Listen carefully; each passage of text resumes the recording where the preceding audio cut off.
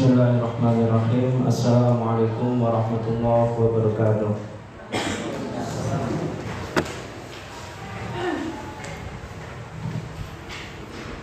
Alhamdulillah. Innal hamdalillah hamdan tayyiban mubarakan fih. Asyhadu an la ilaha illallah wahdahu la syarikalah wa asyhadu anna Muhammadan abduhu wa rasuluhu la nabiyya ba'dah. Allahumma inni astaghfiruka bi ilmik wa astaghfiruka bi qudratik wa as'aluka bi fadlikal azim fa innaka taqdiru wa la aqdiru wa ta'lamu wa anta a'lamul ghuyub. Amma ba'da.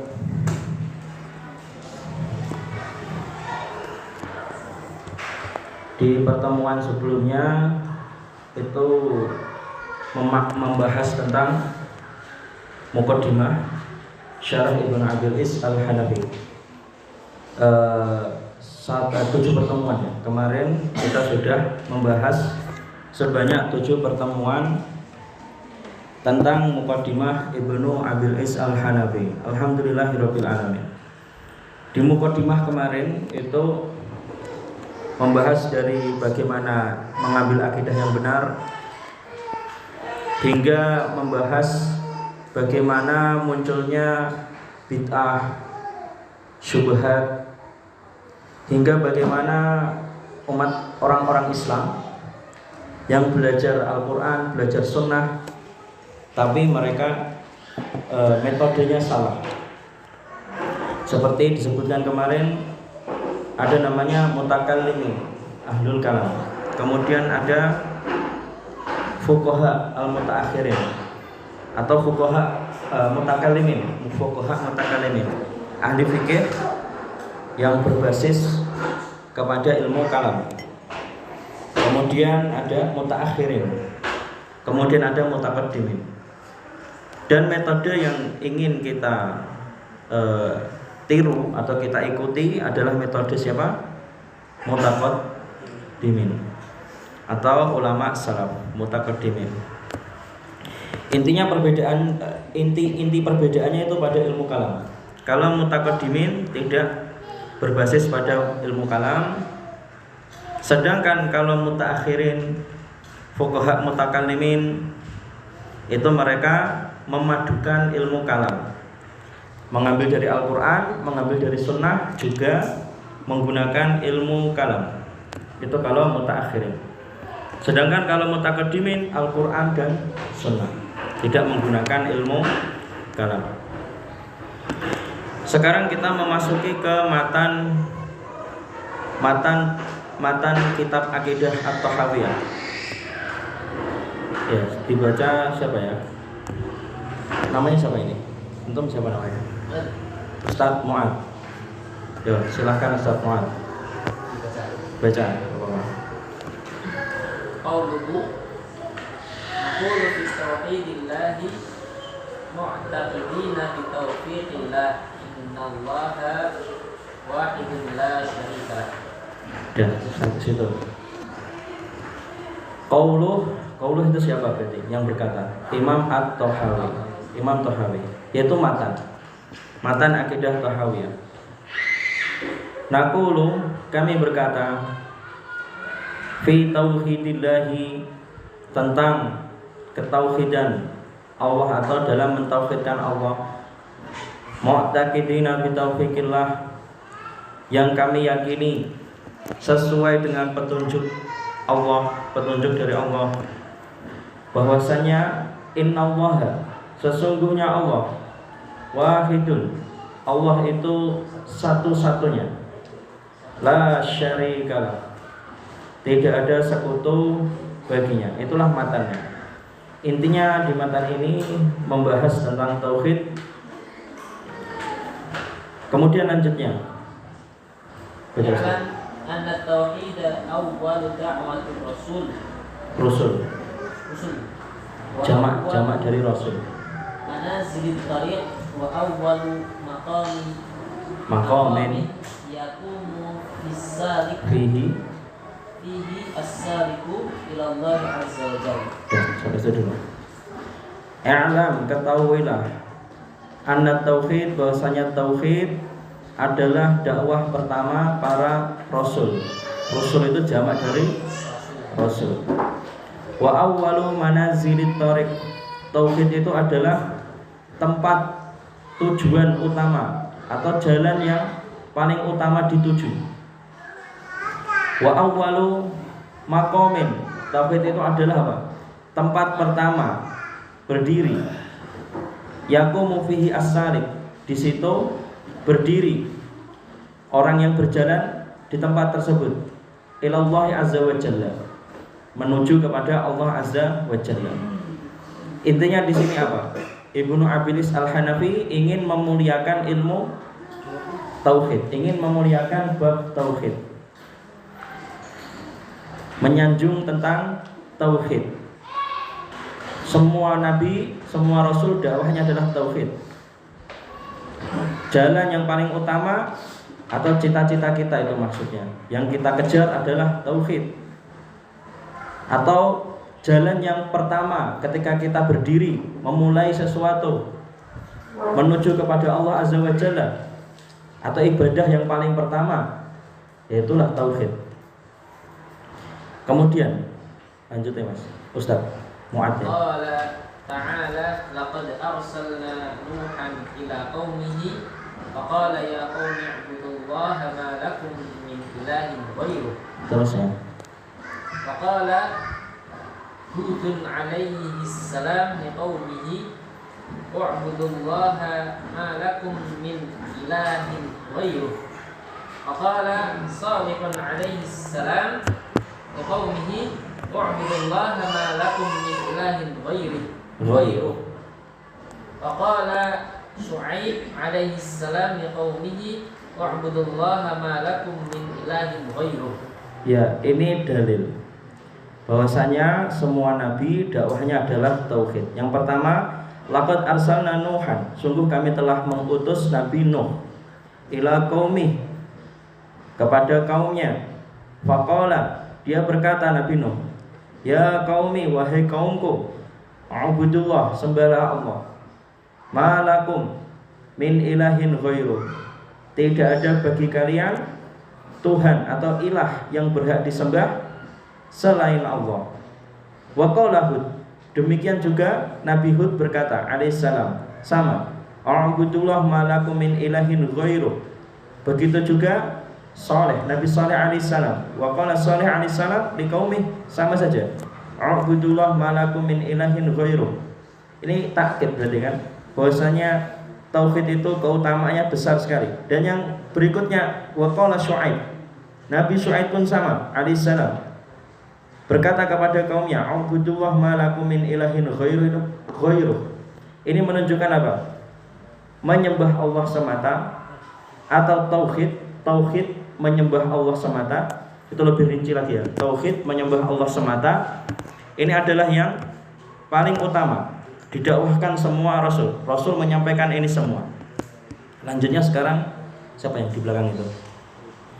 Baik. Monggo dibaca lanjutnya paragraf yang berikutnya.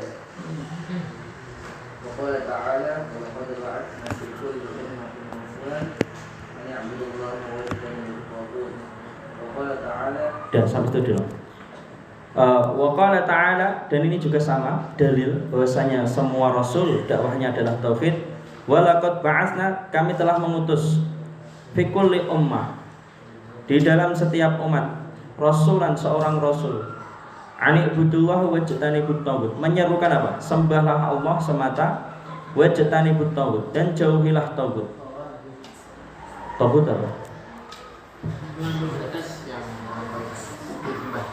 Taghut di antara tafsir ulama-ulama kan itu sahabat dan tabi'in. Di antara taghut itu ada yang menyebutkan Ka'ab ibnu al-Ashraf kan itu, tukang sihirnya orang Yahudi, ya kan? Rois, pemimpin Yahudi, Ka'ab al-Ashraf kan itu. Itu di zaman Rasulullah kan itu, tauhid. Kemudian Di antara tauhid ya dukun, tukang sihir, peramal, kemudian peramal itu tauhid.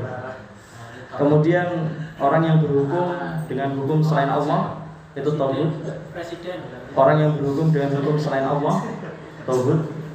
Kemudian hukum yang ditegakkan hukum selain Allah itu juga tauhid. Kemudian termasuk tauhid apa? Orang yang minta ditaati tidak sesuai dalil, kan itu. Minta ditaati, minta orang-orang tunduk kepadanya tanpa dalil yang syar'i. Itu tauhid. Kemudian apa? Orang yang minta disembah. Minta disembah itu tauhid. Kemudian yang terakhir ada termasuk tauhid apa? Orang yang disembah tapi dia ridho. Dia tidak minta disembah. Dia disembah tapi dia ridho disembah. Orang yang ridho disembah itu tauhid. Atau benda apapun. Benda apapun yang disembah itu tauhid. Kemudian kalau orang ridho disembah itu juga termasuk tauhid. Itu diantara tauhid. Allahu a'lam bishawab. Lanjutnya, Ustaz. Allah Ta'ala wa ma arsalna min qablika min rasulin illa nuhi ilaihi annahu la ilaha illa ana fa'budun. Dan Allah Ta'ala berfirman, wa ma arsalna, tidaklah aku mengutus min qablik, sebelum engkau Nabi Muhammad, maksudnya mir rasulin, seorang rasul pun illa, kecuali nuhi, kecuali pasti kami wahyukan ilaihi, kepadanya, annahu, bahwasanya la ilaha illa ana, tidak ada ilah atau tidak ada yang berhak disembah illa ana, kecuali aku, kecuali Allah. Fa'buduni, maka sembahlah aku. Lanjutnya Ustaz. Qala sallallahu alaihi wasallam, umirtu an uqatilan nasa hatta yashhadu an la ilaha illallah wa anna muhammadar rasulullah. Dan ini hadis sahih. Rasulullah sallallahu alaihi wasallam bersabda, aku diperintahkan, umirtu, aku diperintahkan, an uqatilan nas, memerangi manusia, hatta, sampai yashhadu an la ilaha illallah, hingga mereka mau bersyahadat bahwasanya tiada ilah yang berhak disembah kecuali Allah, wa anna, dan sekaligus juga Pak, bersyahadat bahwasanya Nabi Muhammad adalah utusan Allah. Ya, sampai sini Ibnu Abil Is itu ingin menyampaikan di antaranya apa? Intinya apa? Di sini intinya ingin menjunjung tinggi tauhid, ingin memuliakan tauhid, ingin menyampaikan kemuliaan tauhid kepada pembaca. Dan juga ingin menjelaskan definisi tauhid secara apa ya? Qur'ani kan itu, dan hadis, sesuai Al-Qur'an dan hadis. Di sini definisi tauhid yang sudah kita pahami apa? Definisi tauhid dari ayat dan dari Al-Qur'an dan hadis ini apa? Pertama, di sini definisi tauhid adalah ibadah. Kemudian Ibnu Abil Is juga ingin menyampaikan dari ayat yang pertama tadi tentang dakwah, ingin menyampaikan bahwasanya tujuan utama dakwah, inti dakwah itu adalah mendakwahkan tauhid. Tauhid menyembah Allah semata.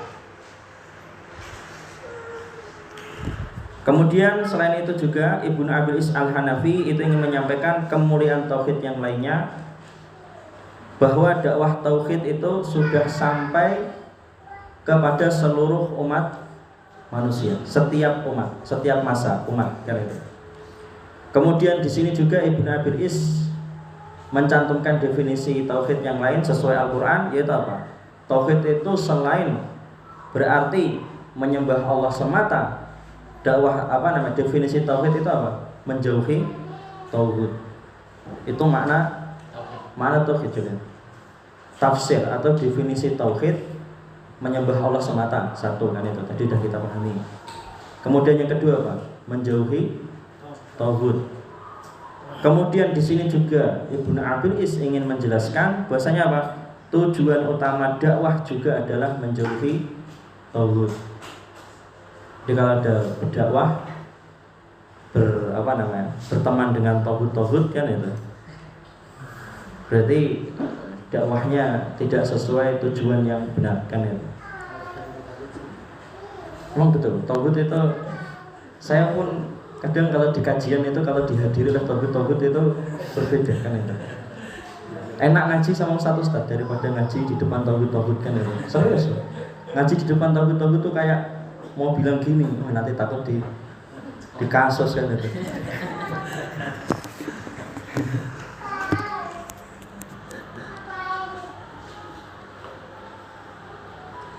Masa mau bilang perayaan 17 Agustus itu muhdas kan itu. Di depan perayaan 17 Agustus itu muhdas, padahal mereka didoktrin kan itu udah merasuk di hatinya mereka, itu udah bagian dari jiwa mereka kan itu. Perayaan 17 Agustus, nggak ada perayaan 17 Agustus ya nggak ada tanah air kan itu.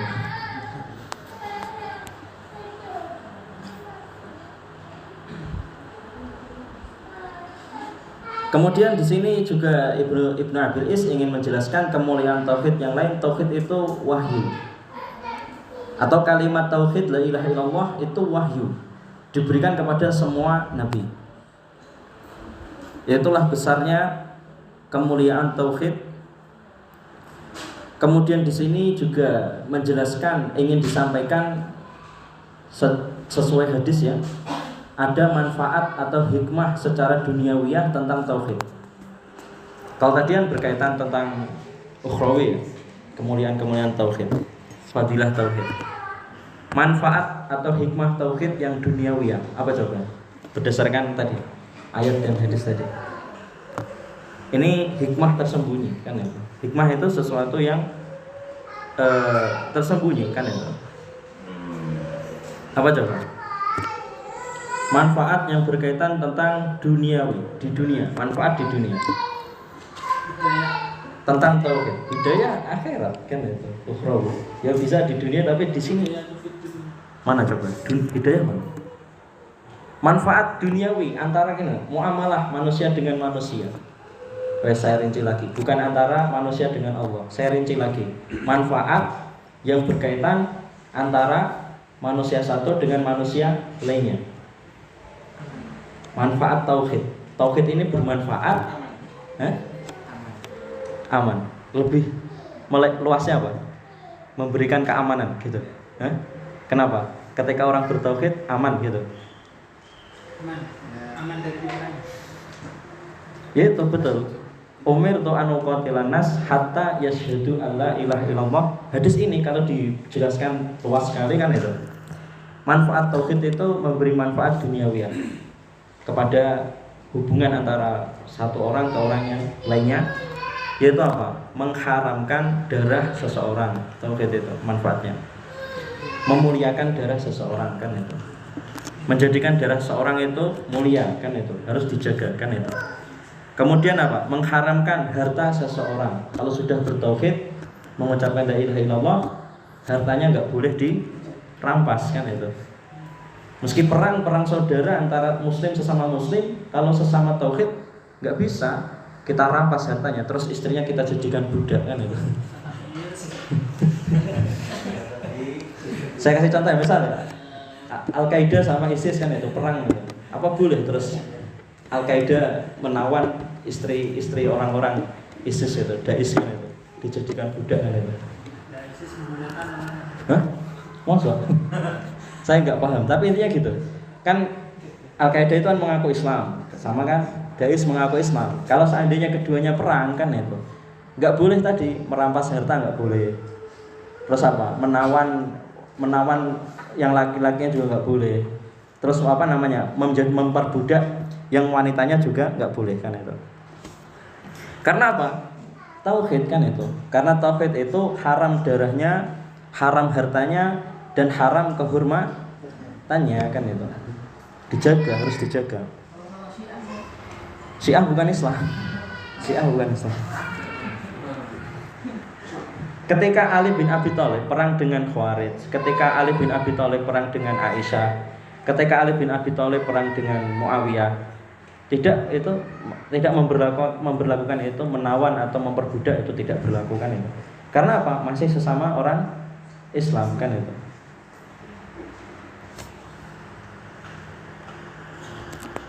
Kemudian ada definisi tauhid yang lain tersembunyi di sini. Ada makna tauhid yang lain. Tadi sudah satu, makna tauhid apa coba? Menyembah Allah semata. Kemudian yang kedua, menjauhi tauhid. Kan itu. Ada satu lagi makna tauhid yang tersembunyi, apa coba? Ini tuh melatih jenengan istimbat kan itu. Ada makna tauhid, definisi tauhid yang lain tersembunyi di ayat dan hadis tersebut. Apa coba? Satu lagi kan itu. Apa coba? Makna tauhid yang lain. Kurang lengkap loh. Tauhid kalau cuma menyembah Allah semata, menjauhi tauhid itu betul. Mengikuti Rasul. Tapi ada hikmah yang tersembunyi lagi. Kalau mengikuti Rasul terlihat kan itu. Kenapa kok kita disuruh mengikuti Rasul? Kenapa coba? Untuk menyelisihi perbuatan orang Yahudi dan Nasrani. Makanya syahadat kita itu dua. Asyhadu alla ilaha illallah dan asyhadu anna Muhammadar Rasulullah. Hikmahnya apa? Kenapa kok dua syahadat kan itu? Untuk menegaskan bahwa Nabi Muhammad itu adalah utusan Allah, bukan Tuhan kan itu. Yang Tuhan itu hanya Allah semata, yang ilah, yang berhak disembah itu hanya Allah semata. Ketika kita menetapkan Nabi Muhammad itu Rasulullah, itu menegaskan, menguatkan tauhid kan itu. Karena apa? Untuk menyelisihi tauhidnya atau akidahnya orang Yahudi. Yahudi gimana? Mengatakan Nabi itu ya Uzair, seperti Nabi Uzair itu anak Allah kan itu. Kemudian mengatakan Nabi Isa itu adalah anak perzinaan kan itu. Kemudian mengatakan Nabi Muhammad itu pendusta, penyihir dan yang lainnya. Seperti mengatakan apa? Orang Yahudi di firman Allah surat Al-Baqarah itu kan la taqulu ra'ina. Orang Yahudi mengatakan Nabi itu menyebut Nabi itu ra'in. Ra'in itu apa artinya? Bodoh kan itu. Orang Yahudi kalau manggil Nabi itu ra'in kan itu. Ra'ina. Maksudnya ketika mereka bilang, "Ya Nabi ra'ina." Kan definisinya kayak perhatikan kami, tapi maksudnya menghina Nabi. Ra'in kan itu. Itu menghina tapi apa ya istilahnya? Tidak sorry, menghina tidak sorry. Ya seperti ini komika-komika itu kan. Komika-komika ya. Banyak itu kan. Menghina Islam tapi tidak secara langsung kan itu. Itu komika-komika itu persis mirip seperti orang Yahudi. Menghina tapi dengan apa istilahnya? Lupa saya istilahnya. Istihza itu yang jelas. Ada bahasa lainnya. Bahasa Arabnya itu ada, tapi saya lupa kan itu. Jadi menghina yang tidak secara langsung, yang tidak sorry. Namanya itu afwan, saya kok lupa. Afwan. Padahal itu ada di Sahih Bukhari itu ada bab tertentu. Ada apa? Bagaimana hukumnya kalau orang menghina yang tidak secara langsung. Istilahnya apa saya lupa kan itu. Lanjutnya, udah habis ya? Belum? Hah? Lanjutnya sekarang. Walihada. Lanjutnya Ustaz siapa ya? Sana dari sana. Ustaz Wala. Ustaz siapa? Kamu? Antum? Ustaz? Ustaz Amir. Amir Daulah. ولهذا كان الصحيح أن أول واجب يجب على المكلف مكلف يجب على المكلف شهادة أن لا إله إلا الله لا نظر ولا قصد إلى النظر ولا شك كما هي أقوال لأرباب الكلام ya dah. Walihada kana as-sahih. Oleh karena itu, dari penjelasan semua itu tadi yang di atas, yang sahih, yang benar, bahwa awwala wajibin, kewajiban pertama, yajibu 'alal mukallaf, yang diwajibkan bagi seorang mukallaf apa? Syahadatu alla ilaha illallah. Syahadat la ilaha illallah. Ini sebagaimana kisah ada yang diperintahkan oleh Rasulullah SAW ketika perang kepada Khalid, kemudian kepada Usamah bin Zaid kan itu. Kalau sudah mengucapkan la ilaha illallah tidak boleh dibunuh kan itu. Ini berdasarkan yang seperti itu juga. Kewajiban pertama bagi seorang mukallaf adalah syahadat la ilaha illallah. Jadi boleh orang itu ketika mengucapkan la ilaha illallah dihukumi sebagai orang Islam, kan itu. Tidak perlu, tapi yang disepakati ulama itu lengkap. Asyhadu alla ilaha illallah wa asyhadu anna Muhammadar Rasulullah. Tapi praktek dari Nabi dan para sahabat ketika berperang, kalau ada orang yang mengucapkan la ilaha illallah maka Islam, kan itu. La nadhar, tidak perlu, tidak, yang pertama itu bukan apa? An-nadhar, harus mengetahui terlebih dahulu. Wala al-qasdu ilan nadhar, yang pertama itu bukan apa? Niat, harus niat terlebih dahulu untuk mengetahui. Wala asyak, dan yang pertama bukan asyak. Yang pertama bukanlah keraguan kemudian bertanya terlebih dahulu, baru setelah itu mengetahui, baru setelah itu masuk Islam. Maksudnya seperti itu. Kama hiya aqwalu li arbabil kalam al-matmu. Ini sebagaimana penjabarannya atau ucapan-ucapan ulama-ulama ahlul kalam yang tercela. Ahlul kalam itu maksudnya di sini siapa kemarin? Fuqaha mutakallimin. Kemudian ulama-ulama mutaakhirin. Bukan. Orientalis itu orang kafir. Orang kafir belajar Islam, kan itu. Orang kafir belajar adab Islam. Orang barat, orang Eropa belajar budaya Islam. Bahkan mereka mengajar di universitas-universitas Islam, kan itu. Mereka hafal Quran. Mereka hafal Quran, bisa bahasa Arab, bahkan mungkin mengajarkan bahasa Arab. Bahkan mereka mungkin mempunyai buku-buku dijadikan rujukan oleh umat Islam. Seperti Mu'jam Mufahrus. Mu'jam Mufahrus itu yang buat orang kafir, kan itu. Kemudian banyak kayak Mu'jam itu ma'ajim, itu yang buat orang kafir banyak sekali. Al-Quran ataupun hadis, kan itu. Ada ma'ajim seperti itu yang buat orang-orang kafir banyak sekali di perpustakaan Islam.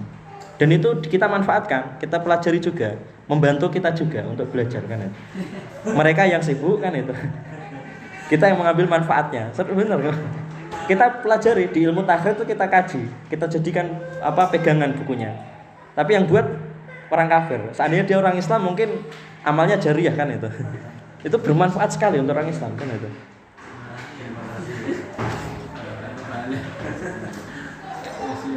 Lanjutnya sekarang setelah Ustadz Amir, itu Ustadz siapa itu? Ustadz yang belakang itu loh.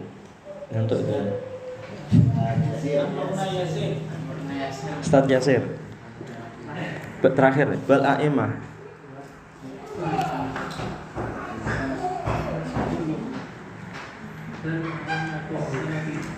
Bal a'immatus salafi kulluhum mutafiquna ala anna awwala ma yu'maru bihi al-'abdu ba'da ash-shahadatain wa muttafiquna ala. Kok ada ba'du itu mana? Awwala ma yu'maru bihil 'abdu ash-shahadatan.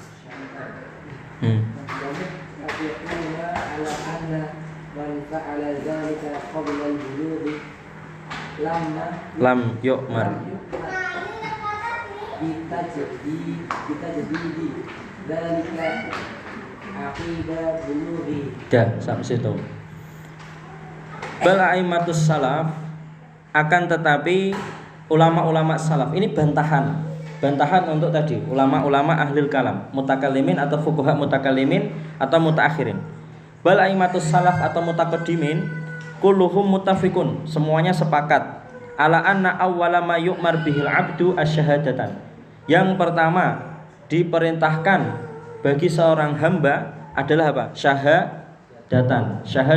Ini yang pertama diwajibkan, disepakati ulama-ulama mutaqaddimin adalah syahadatan. Asyhadu alla ilaha illallah wa asyhadu anna Muhammadar Rasulullah.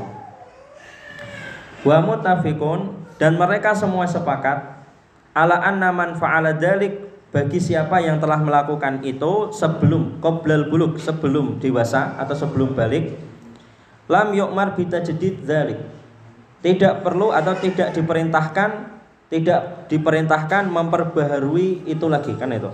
Akibat bulughi, setelah mencapai baliknya atau setelah mencapai dewasa, setelah balik, kan itu.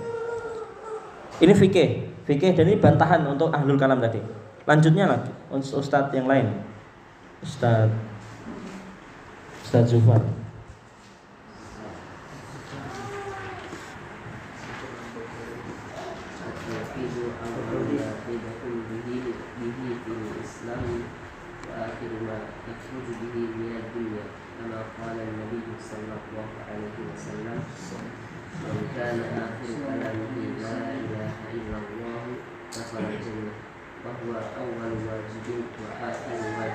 Ya, maka tauhid adalah awwalu ma yadkhulu bihi fil Islam. Tauhid itu adalah yang pertama kali ketika memasuki Islam. Wa akhiru ma yakhruju bihi minad dunya.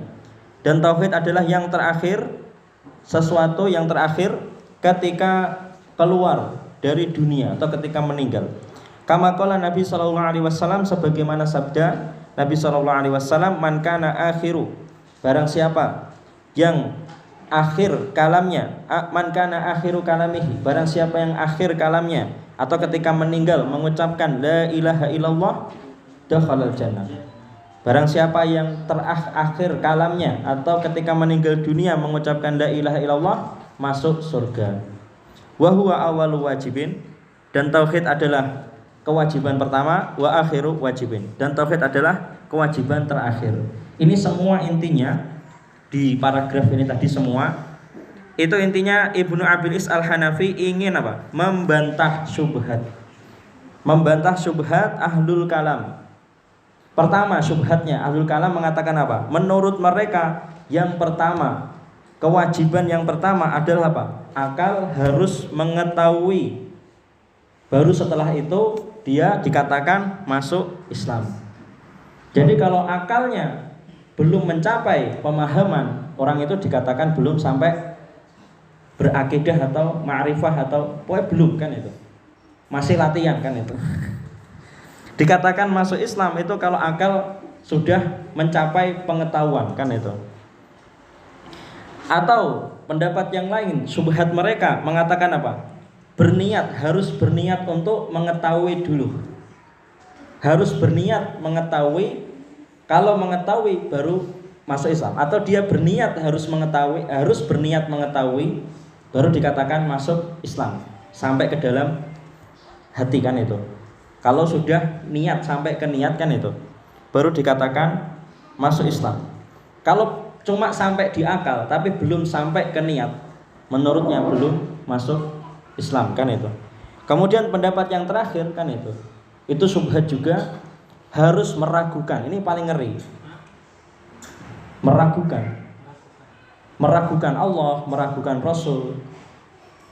Bertanya, kan itu. Orang kalau ragu kan bertanya, kan itu. Ketika bertanya dia tahu, baru dikatakan orang itu masuk Islam. Dan ini syubhat-syubhat, kan itu. Dan banyak itu madhab filsafat itu dibangun dari keraguan. Karena kalau nggak ragu tidak akan memunculkan pertanyaan-pertanyaan, kan itu. Itu syubhat, kan itu. Masuk Islam harus ragu dulu, kan itu. Syubhat, kan itu. Meragukan,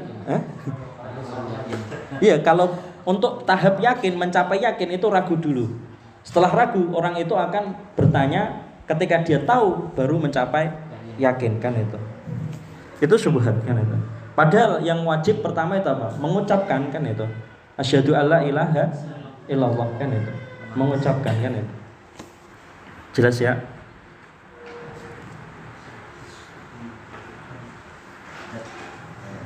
Monggo. Kalau itu seperti Nabi Ibrahim itu yang ditanya, oh ini, maka ini yang Tuhan ya? Itu dakwah. Iya. Nabi Ibrahim. Bulan, matahari. Oh ini bukan. Ya itu itu kan wahyu dari wahyu dari Allah Azza wa Jalla, kan itu. Nabi Ibrahim, kan itu dituntun oleh Allah Azza wa Jalla, kan itu. Wahyu dari Allah Azza wa Jalla. Itu kan kalau kita ambil hukum, kan itu kan syar'un min qablina, kan itu. Kalau berselisihan dengan hukum Islam, kan itu, hukum ketika Nabi nubuwah, kan itu, ya nggak dipakai, kan itu, nggak bisa dijadikan hujah, kan itu. bukan hujah, itu cuma jadi kisah toh, kan gitu. Kisah Nabi Ibrahim itu berarti cuma kisah saja, nggak nggak bisa jadikan untuk istinbat hukum. Ketika jenengan tanya itu ya nggak bernilai hukum, kan itu. Itu kisah, kan itu, pelajaran, itibar untuk pelajaran untuk kita, kan itu. Bagaimana Nabi Ibrahim kisahnya seperti itu, kan itu. Itu dalam kaidah usul fikih, kan usul fikih itu masuknya dalam syara' min qablina, kan itu. Tapi syara' min qablina itu berlaku, kan itu. Kalau apa? Diterapkan di zaman Nabi Muhammad, nubuwah, kan itu. Nubuwah Nabi Muhammad SAW. Kalau enggak ya enggak kita terapkan, kan itu. Kan enggak berlaku. Di Nabi Muhammad kan tadi seperti di perang, kan itu. Kalau udah ada yang mengucapkan la ilaha illallah, enggak boleh dibunuh, kan itu. Enggak perlu dirinci, kan itu. Ditanya, dibedai sebarang dengan, kan itu. Enggak perlu dikupas gitu istilahnya. Cukup pengucapan la ilaha illallah masuk Islam, kan itu.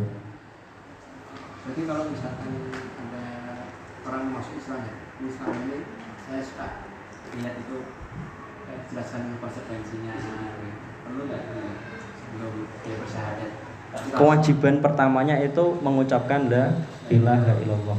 Ya itu emang metode mutaakhirin. Kalau mutaakhirin harus dijelaskan dulu pengertian, kan itu. Harus ditanamkan niat, kan itu. Kalau masuk udah ada niat, kan itu, baru dikatakan masuk Islam, kan itu. Kalau belum sampai niat, kan itu, baru cuma diucapkan, bagi mutaakhirin belum masuk Islam, kan itu. Memang ribet, kan itu kalau mutaakhirin metodenya. Tapi kalau metode yang mutaqaddimin, kan itu, kewajiban pertama, kan itu, mengucapkan la ilaha illallah atau mengucapkan asyhadu an la ilaha illallah wa asyhadu anna Muhammadar Rasulullah. Itu prakteknya seperti di perang itu. Khalid bin Walid, Usamah bin Zaid dimarahin Rasulullah. Orang yang sudah mengucapkan la ilaha illallah dibunuh sama Khalid bin Walid, dibunuh sama Usamah bin Zaid, kan itu. Khalid bin Walid satu desa kalau salah dibunuh, kan itu. Iya.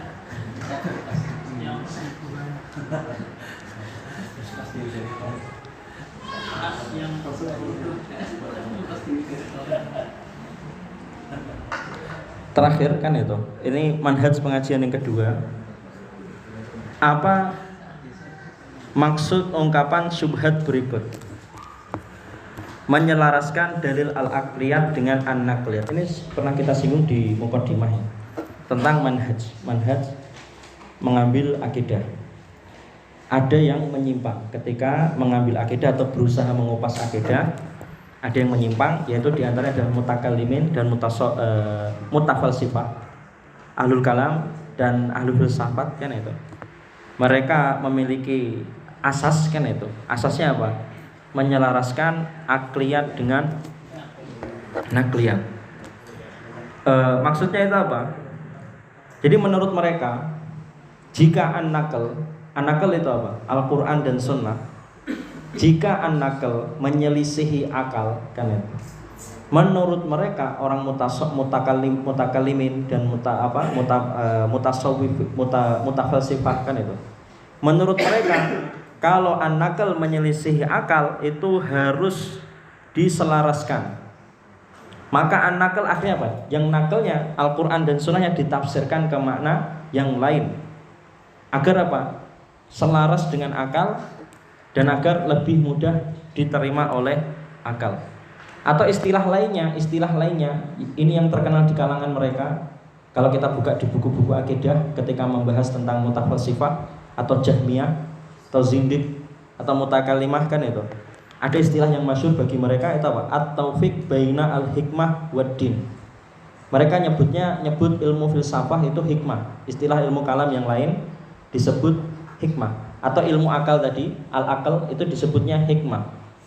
Hikmah digabungkan dengan ad-din, agama. Atau istilah yang lain yang paling masyhur ya, falsafah digabung dengan syariah, kan ya. Jadi itu istilah-istilah dari orang-orang mutakallimin, ahlul kalam, mutafalsifah. Kemudian istilah-istilah yang sering digunakan orang-orang jahmiyah. Sama ya, jahmiyah, zindik itu sumbernya sama semua. Mereka apa? Akal nomor satu kan itu. Ketika Al-Quran bertentangan dengan akal, diselaraskan. Atau hikmah. Bahkan ini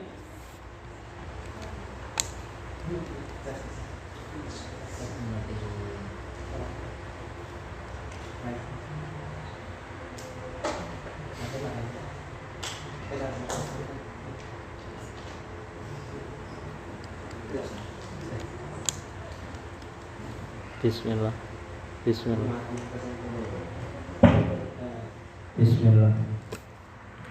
Ya, jadi sumbernya sama.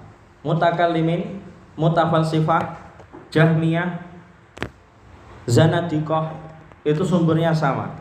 Akal, asasnya sama akal.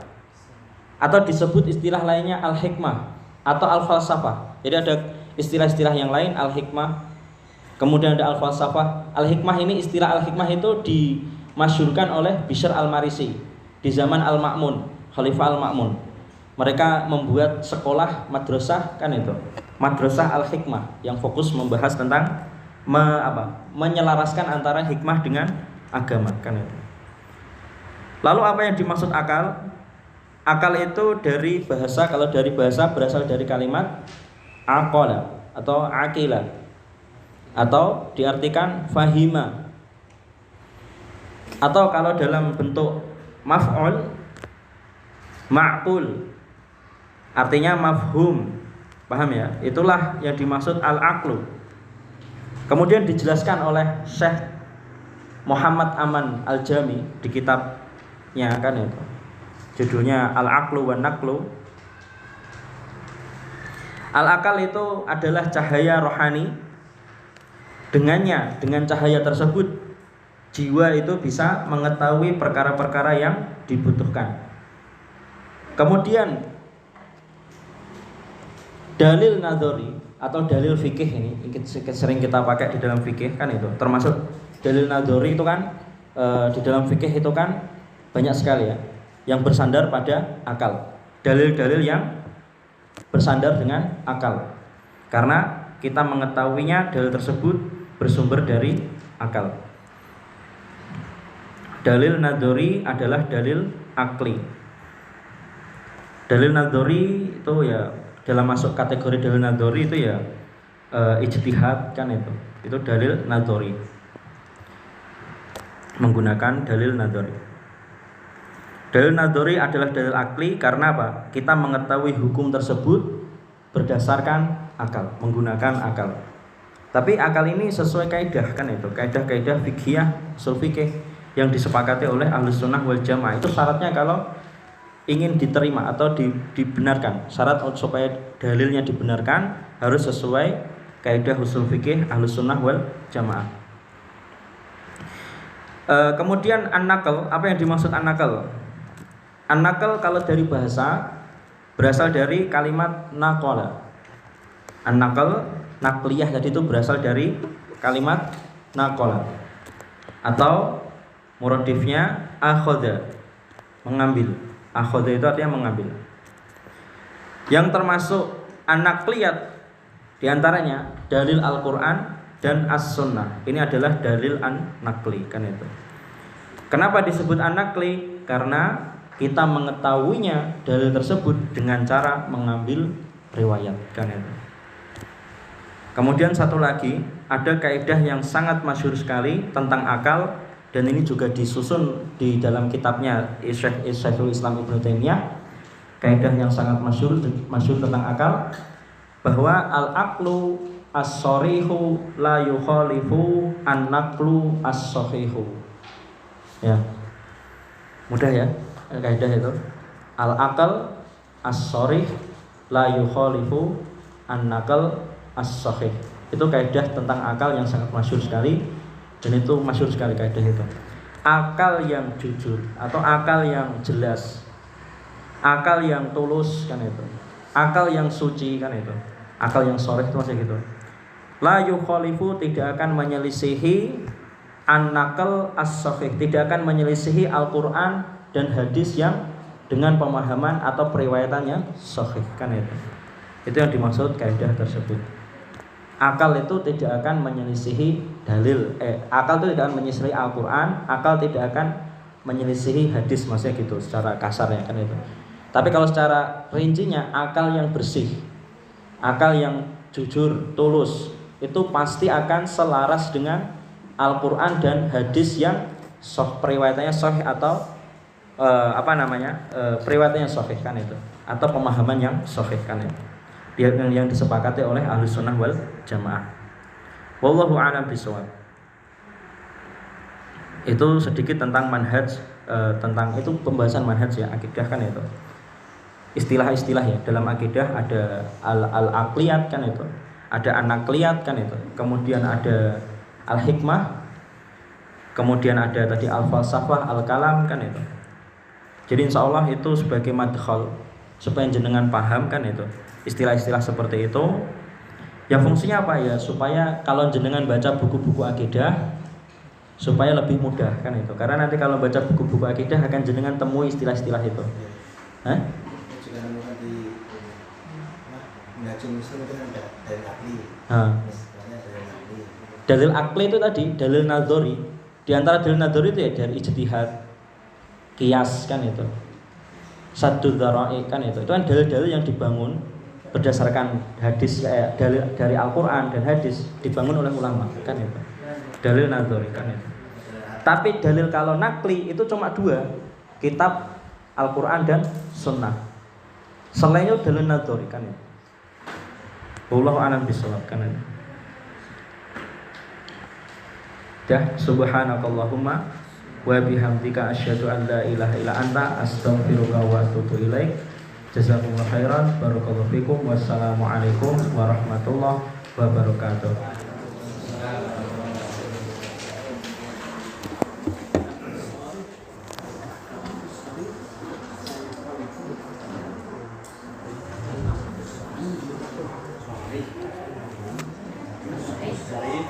Dari